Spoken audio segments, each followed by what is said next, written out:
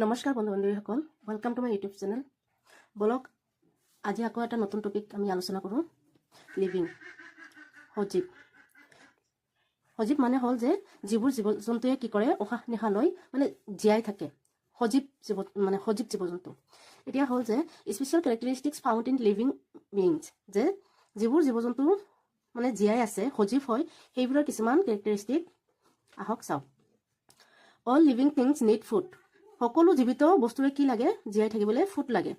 এতিয়া ফুড নহ'লে কি জীয়াই থাকিব নোৱাৰে। যেনিবা ধৰক মানে গছ আছে, গছৰো কি লাগে, জীয়াই থাকিবলৈ ফুড লাগে, যাৰ কাৰণে কি কৰে, ফটোচিনথেচিছৰ সহায়েৰে কি কৰে, খাদ্য প্ৰস্তুত কৰে। তাৰপিছত হ'ল যে অল লিভিং থিংছ ৰেস্পায়াৰ, যে সকলো ধৰণৰ জীৱিত বস্তুৱে কি কৰে, ৰেস্পিৰেশ্যন কৰে। ৰেস্পিৰেশ্যন মানে আপোনালোকে জানে যে উশাহ নিশাহ লয়, উশাহত অক্সিজেন লয় আৰু নিশাহত কাৰ্বন ডাই অক্সাইড এৰি দিয়ে। এতিয়া কথা হ'ল যে আমি কি গম পাই আছো, আমাৰ এটা মানে ভুল ধাৰণা আছে যে গছে কি কৰে, অক্সিজেন এৰি দিয়ে আৰু কাৰ্বন ডাই অক্সাইড গ্ৰহণ কৰে নিশাহত, উশাহত অক্সিজেন এৰি দিয়ে, নিশাহত কাৰ্বন ডাই অক্সাইড গ্ৰহণ কৰে। কিন্তু এইটো একেবাৰে ভুল ধাৰণা, কাৰণ গছে ইনহেলত কি কৰে, অক্সিজেনে গ্ৰহণ কৰে, উশাহত অক্সিজেনে গ্ৰহণ কৰে, কিন্তু এক্সহেলত মানে নিশাহত কি কৰে, কাৰ্বন ডাই অক্সাইড এৰি দিয়ে। তো আমি কি গম পাই আছিলো আগতে যে গছে কি কৰে, অক্সিজেন এৰি দিয়ে আৰু কাৰ্বন ডাই অক্সাইড গ্ৰহণ কৰে। কাৰ্বন ডাই অক্সাইড উশাহত লৈ কিনে কোনো মানে জীৱিত জীৱ জন্তু জীয়াই থাকিব নোৱাৰে। সেইকাৰণে গছে অক্সিজেনক মানে উশাহত লয় আৰু নিশাহত কাৰ্বন ডাই অক্সাইড এৰি দিয়ে। এতিয়া কথা হ'ল যে গছে খাদ্য প্ৰস্তুত কৰে দিনৰ ভাগত, কাৰণ যদি সূৰ্যৰ ৰশ্মি নহয় গছে খাদ্য প্ৰস্তুত কৰিব নোৱাৰে। কাৰ্বন ডাই অক্সাইড গছে কি কৰে, দিনৰ ভাগত গ্ৰহণ কৰে খাদ্য প্ৰস্তুত কৰিবলৈ, আৰু গছে কি কৰে, নিশাহত কাৰ্বন ডাই অক্সাইড এৰি দিয়ে, দিনতো নিশাহ লয়, ৰাতিটো মানে ৰেস্পিৰেশ্যনটো দিনতো চলি থাকে, ৰাতিটো চলি থাকে। সেইকাৰণে গছে কি কৰে, নিশাহত অকল আকৌ গছে দিনত কাৰ্বন ডাই অক্সাইড লৈ থাকে, আকৌ এৰিও থাকে, লগতে কি কৰি থাকে, অক্সিজেনো এৰি থাকে। কিন্তু এই ৰাতিৰ ভাগত গছে কি কৰে, অকল কাৰ্বন ডাই অক্সাইড এৰি থাকে নিশাহত, কাৰণ ৰাতিৰ ভাগত কি নহয়, ফটোচিনথেচিছ নহয়, উদ্ভিদে ৰাতিৰ ভাগত খাদ্য প্ৰস্তুত কৰিব নোৱাৰে, কাৰণ সূৰ্যৰশ্মি নাই। এতিয়া যদি ৰাতিৰ ভাগত অক্সিজেন উৎপন্ন হ'ব নোৱাৰে, মানে গছৰ পৰা গছে যদি অক্সিজেন উলিয়াই দিব নোৱাৰে, অকল কি হয়, নিশাহত গছে কাৰ্বন ডাই অক্সাইড উলিয়াই দিয়ে। সেইকাৰণে মানে মানুহে কয় ৰাতি গছৰ তলত শুব নালাগে, কাৰণ ৰাতি গছৰ তলত শুলে গছে অকল কি ওলাই দিয়ে, কাৰ্বন ডাই অক্সাইড ওলাই দিয়ে। এইটো আমাৰ মানে শৰীৰৰ কাৰণে ক্ষতিকাৰক। তাৰপিছত কথা হ'ল যে গছে কাৰ্বন ডাই অক্সাইড লৈ কিনে খাদ্য প্ৰস্তুত কৰে, আৰু যে এইয়া যে অক্সিজেনটো যে এৰি দিয়ে, ওলাই দিয়ে, এইটো গছৰ কাৰণে ৱেষ্ট মেটেৰিয়েল হয়, এইটো বৰ্জিত বস্তু হয়। এই বৰ্জিত বস্তুটো কি হৈ আছে, আমাৰ কাৰণে অতি বেছি লাগতিয়াল হৈ আছে। এইকাৰণে কোৱা হয় যে অল লিভিং থিংছ ৰেস্পায়াৰ, যে সকলো জীৱিত বস্তুৱে কি কৰে, ৰেস্পিৰেশ্যন কৰে। ব্ৰিথিং টাইম টেকেন অক্সিজেন, সকলো জীৱিত বস্তুৱে কি কৰে, ব্ৰিথিঙত কি লয়, অক্সিজেন লয়। হোৱাইল এক্সেলিং মানে ৰিলিজ কৰে কি, কাৰ্বন ডাই অক্সাইড। সকলো জীৱিত বস্তুৱে কি কৰে, কাৰ্বন ডাই অক্সাইড এৰি দিয়ে আৰু অক্সিজেন গ্ৰহণ কৰে, respiration. An adult human being inhales and exhales 15 to 18 times in a minute. এটা মিনিটত, 1 মিনিটত কি কৰে, এজন এডাল্ট মানুহে 15 পৰা 18 টাইমছ কি লয়, ইনহেলছ এক্সহেল কৰে। Exchange of gases take place through different organs in different animals. এতিয়া কথা হ'ল যে এই যে exchange of gases take place through different organs, মানে এই যে উশাহ নিশাহ লৈ আছে, মানুহে অক্সিজেন লৈ আছে, আকৌ কাৰ্বন ডাই অক্সাইড এৰি আছে, এনেকুৱা যিমানবোৰ জীৱিত প্ৰাণী আছে, জীৱিত বস্তু আছে, সকলোৱে কি হয়, উশাহ নিশাহ লয়, মানে অক্সিজেন গ্ৰহণ কৰে, কাৰ্বন ডাই অক্সাইড এৰি দিয়ে। কিন্তু সকলো ধৰণৰ জীৱিত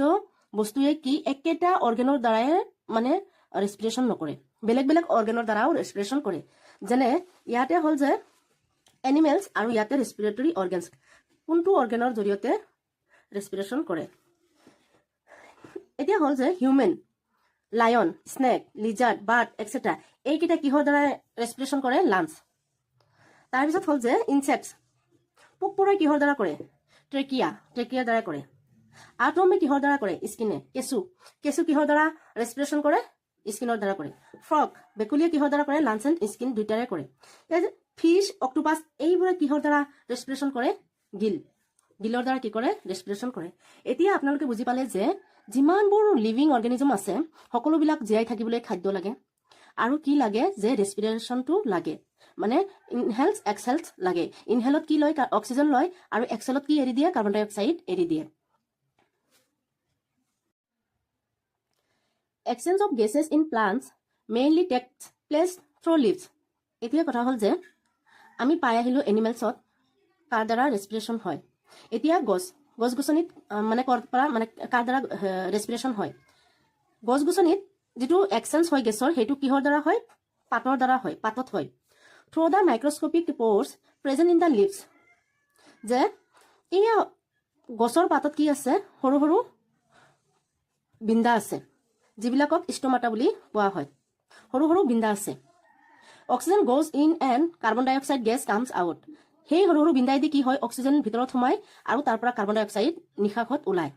But in the process of photosynthesis, plants take in carbon dioxide gas and release oxygen gas outside. এতিয়া আৰু এটা কথা হ'ল যে ৰেস্পিৰেশ্যনত গছে কি কৰে অক্সিজেন গ্ৰহণ কৰে কাৰ্বন ডাই অক্সাইড উলিয়াই দিয়ে এৰি দিয়ে কিন্তু ফটোচিন্থেসিছত মানে খাদ্য প্ৰস্তুত কৰোঁতে কি কৰে প্লান্টে কাৰ্বন ডাই অক্সাইড গেছ গ্ৰহণ কৰে সূৰ্য ৰশ্মি সানলাইট প্লাছ কাৰ্বন ডাই অক্সাইড এই দুটা মিলি কিনে মানে গছে কি কৰে খাদ্য প্ৰস্তুত কৰে যে কাৰ্বন ডাই অক্সাইড গেছ গ্ৰহণ কৰে আৰু অক্সিজেনক ৰিলিজ কৰি দিয়ে এজ এ ৱেষ্ট মেটেৰিয়েল হিচাপে গছে কি কৰে কাৰ্বন ডাই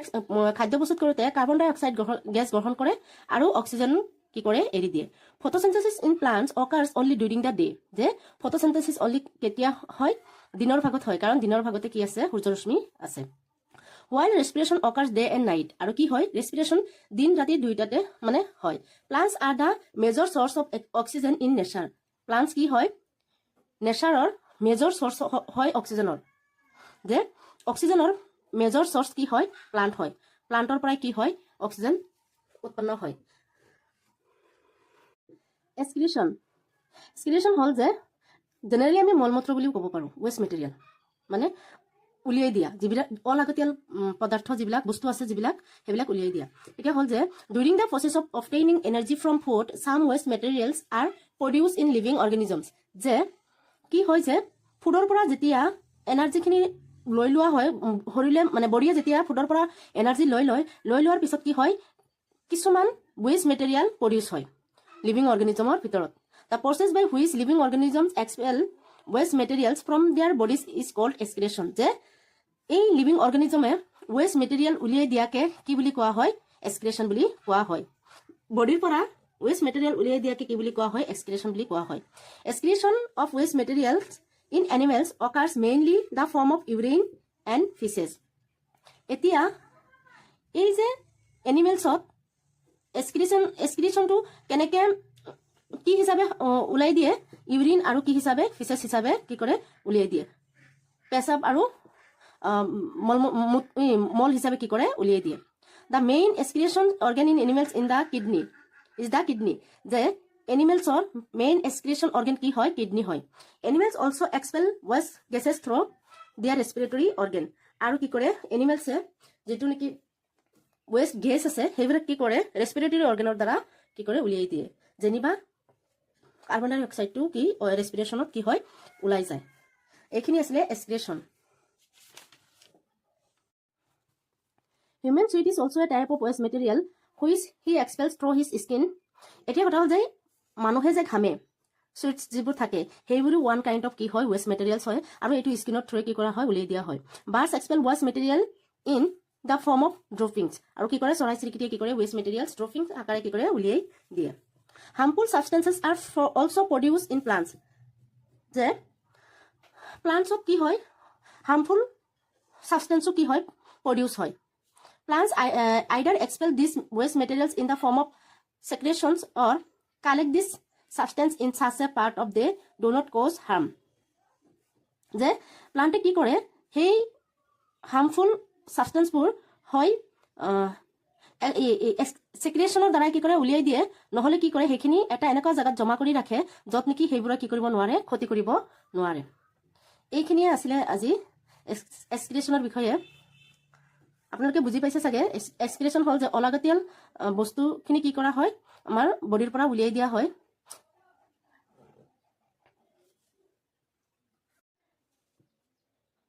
চ' বন্ধু বান্ধৱীসকল এইখিনি বহুত ইম্পৰ্টেণ্ট কথা হয় আপোনালোকে প্লিজ নোটছ কৰি যাব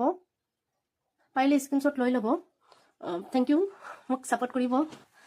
যদি কিবা ভুল হৈছে মোক জনাব কমেণ্টৰ জৰিয়তে আৰু যদি মোৰ ভিডিঅ'টো ভাল লাগিছে ছাবস্ক্ৰাইব কৰিব মোৰ চেনেলটো লাইক শ্বেয়াৰ কমেণ্ট কৰিব নাপাহৰিব থেংক ইউ